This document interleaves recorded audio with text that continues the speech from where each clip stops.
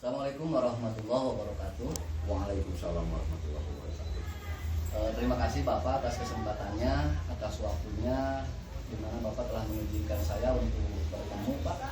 Dan mungkin Bapak juga perlu mengetahui bahwa saya selama mengikuti CGP, terutama saat ini saya sedang mengikuti modul 3.1 terkait dengan pengambilan keputusan yang berbasis nilai-nilai kebajikan, di mana di situ kami sebagai CGP memperoleh tugas untuk mewawancarai 2-3 orang kepala sekolah Pak, terkait dengan seperti apa pimpinan sekolah tersebut mengambil keputusan dari berbagai masalah yang dihadapinya Pak.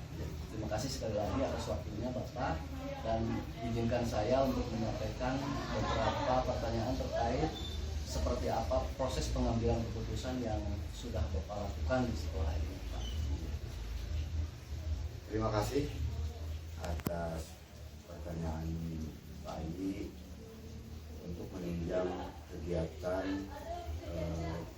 tugas calon guru penggerak.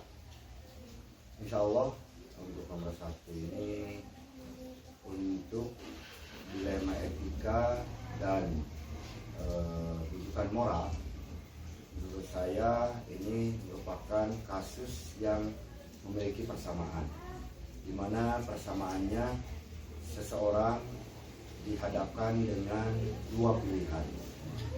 Tetapi meskipun ada persamaan, di situ ada perbedaan.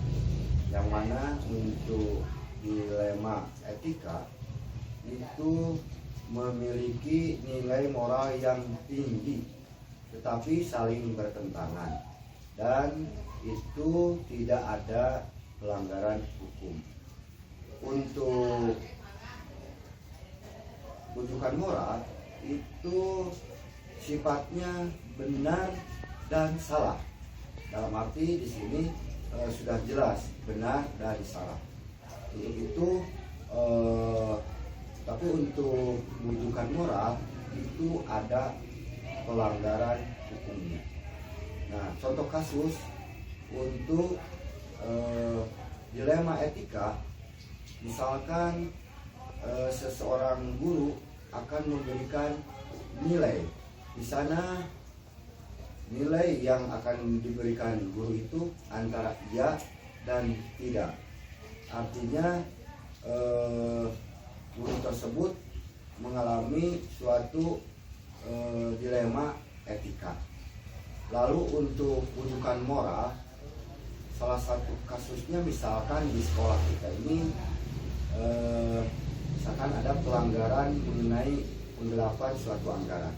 Nah, itu sudah jelas antara benar dan salahnya. Itu yang bisa Bapak sampaikan. Baik, terima kasih Bapak. Jadi terkait cara Bapak mengidentifikasi apakah itu termasuk dilema etika atau di mana itu termasuk rujukan moral. Jadi secara khusus terkait dengan ada pernyataan benar versus benar, kemudian itu termasuk dilema etik, dan di mana di situ ada rujukan moral, maka pernyataannya benar atau salah, kan seperti itu Bapak. Baik, terima kasih Bapak terkait dengan hal itu. Maka dalam proses pengambilan keputusan selanjutnya terhadap kasus misalnya terjadi dilema etika yang Bapak hadapi, seperti apa proses Bapak menjalankan pengambilan keputusan di sekolah Bapak? Baik. Sebagai seorang pimpinan di suatu lembaga, terutama di suatu sekolah yang berfokus pada kegiatan pembelajaran, maka seorang pimpinan harus mengambil keputusan yang berpihak terhadap siswa maka pengambilan keputusannya harus berpihak pada siswa yang berbasis etika dan nilai kebajikan. Lalu harus dalam mengambil keputusannya itu harus memegang 3 prinsip. Yang pertama, prinsip berbasis dalam kepedulian. Yang kedua, prinsip berbasis ke dalam aturan. Lalu yang ketiga, prinsip yang berbasis kepada hasil akhir. Ya, itu yang bisa Bapak sampaikan. baik. Jadi yang dilakukan Bapak terkait dengan proses pengambilan keputusan dari sebuah kasus yang mempunyai dilema etik itu Bapak melakukan dengan cara menetapkan sebuah prinsip, begitu Pak ya? Betul. Baik, terima kasih Bapak. Apakah ada langkah-langkah konkret secara prosedural yang Bapak lakukan untuk mengambil keputusan tersebut Pak? Langkah-langkah yang biasa yang diambil dalam sebuah keputusan, yaitu biasanya Bapak mengambil yang pertama dengan cara mengidentifikasi masalah. Yang kedua, membuat bermusyawarah dengan wakasek dan dewan guru. Yang ketiga, membuat keputusan dan merefleksikannya. Itu yang bisa Bapak lakukan biasanya. Ya, baik. Dari apa yang Bapak sampaikan barusan Pak, hal-hal apa saja yang dianggap paling efektif oleh Bapak terkait dengan pengambilan keputusan yang mempunyai unsur dilema etika? Baik, dalam pengambilan keputusan yang bernilai dilema etika, yaitu memperhatikan nilai-nilai kebajikan siswa, membuat keputusan dan bertanggung jawab. Ya, baik Pak. Dari berbagai kasus yang mungkin terjadi di sekolah Bapak dan kemudian Bapak telah mengambil sebuah keputusan untuk menyelesaikan kasus tersebut Pak, saya ingin lebih tahu terkait dengan dari kasus tersebut, adakah tantangan yang Bapak hadapi, ini terutama terkait dengan kasus yang mempunyai unsur dilema etika. Hal-hal apa saja yang barangkali menjadi tantangan untuk mengambil sebuah keputusan tersebut Pak? Baik, hal-hal yang merupakan tantangan dalam pengambilan keputusan, yaitu pada kasus dilema etika, kurangnya informasi dan nilai-nilai yang bertentangan. Itu yang bisa berikan. Baik, dari sisi pengambilan keputusan dan dari sisi kasus-kasus yang terjadi di sekolah, adakah Bapak membuat sebuah jadwal untuk menyelesaikan kasus tersebut atau kondisional saja? Untuk jadwal saya rasa tidak, tetapi dalam mengambil keputusan itu biasanya secara kondisional. Ya. Selanjutnya mohon maaf dan mohon izin Pak menyampaikan pertanyaan selanjutnya terkait dengan proses pengambilan keputusan dari berbagai kasus yang Bapak hadapi dan salah satunya terkait dengan kasus dilema etik. Adakah seseorang atau orang-orang di sekolah Bapak yang membantu dan juga adakah hal-hal lain yang membantu Bapak mempermudah dalam pengambilan keputusan yang memuat atau mengandung unsur dilema etika di sekolah Bapak?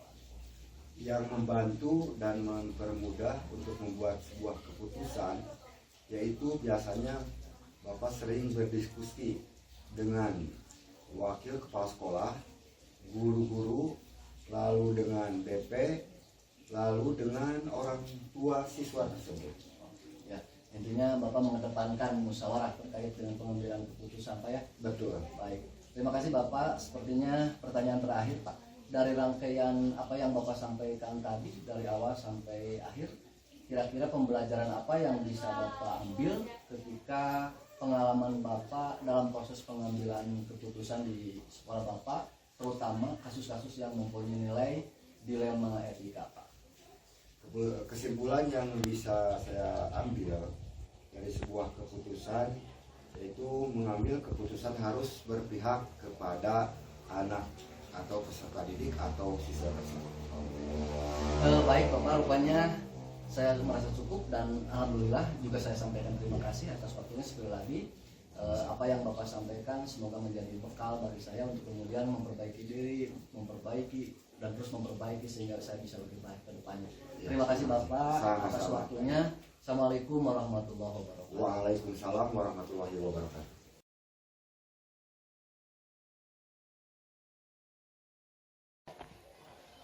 Assalamualaikum warahmatullahi wabarakatuh.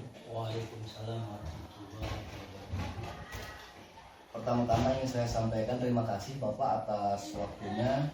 Di tengah kesibukan Bapak telah meluangkan waktu untuk melakukan wawancara dengan saya. Mohon maaf Pak, perkenalkan saya Adi Rahman, guru SMA 1 Banjarwangi, dan kali ini saya sedang mengikuti CGT di mana pada modul 31 keputusan yang berbasis nilai kebajikan, saya ditugaskan untuk melakukan wawancara terhadap 2 atau 3 orang kepala sekolah Pak.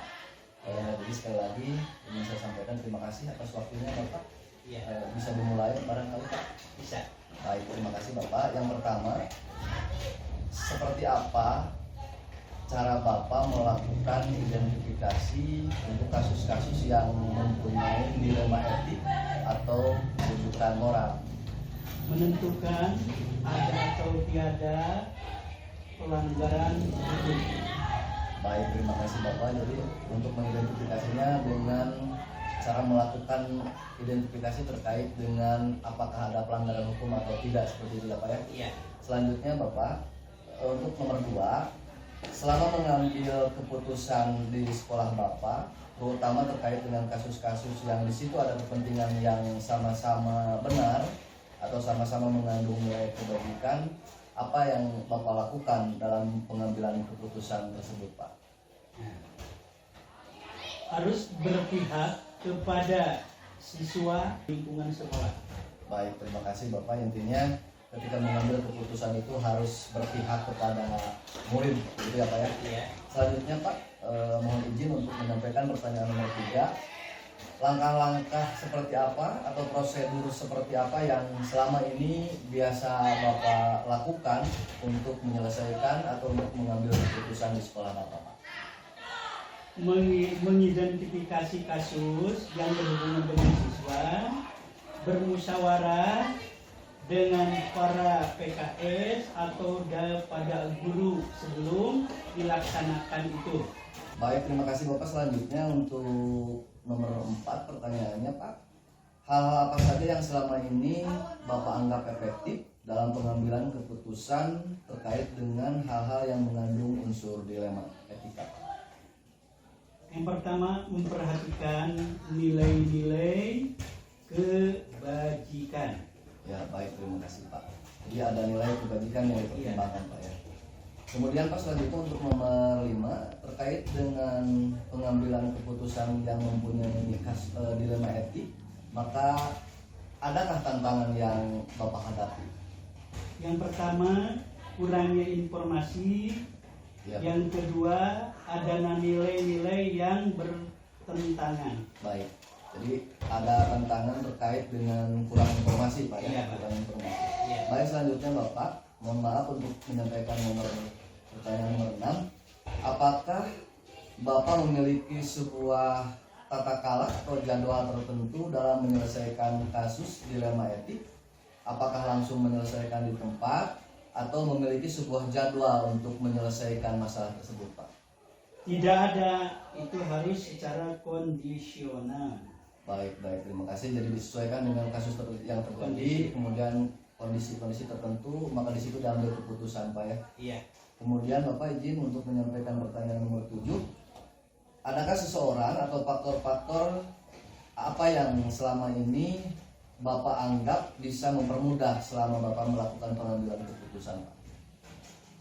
Dengan yang pertama, dengan adanya musyawarah, karena Ya, Pak. musyawarah merupakan salah satu keputusan yang harus kita hargai dengan nanti sampai kepada mufakat. Baik Bapak, mohon izin untuk menyampaikan pertanyaan berikutnya. Dan ini pertanyaan terakhir Pak. Iya. Dari semua hal yang telah disampaikan barusan, pembelajaran apa yang dapat Bapak petik dari pengalaman selama Bapak melakukan pengambilan keputusan yang terkait dengan dilema etik Pak? Cara pengambilan keputusan harus berpihak pada murid yang ada di lingkungan sekolah. Baik, terima kasih Bapak. Sekali lagi saya sampaikan terima kasih atas waktunya dan mohon maaf telah mengganggu aktivitas Bapak hari ini. Sekali lagi saya sampaikan terima kasih. Assalamualaikum warahmatullahi wabarakatuh. Sama-sama kami ucapkan terima kasih. Mudah-mudahan kita di dalam PPG ini mendapatkan ridho Allah. Terima kasih. Wassalamualaikum warahmatullahi wabarakatuh. Waalaikumsalam.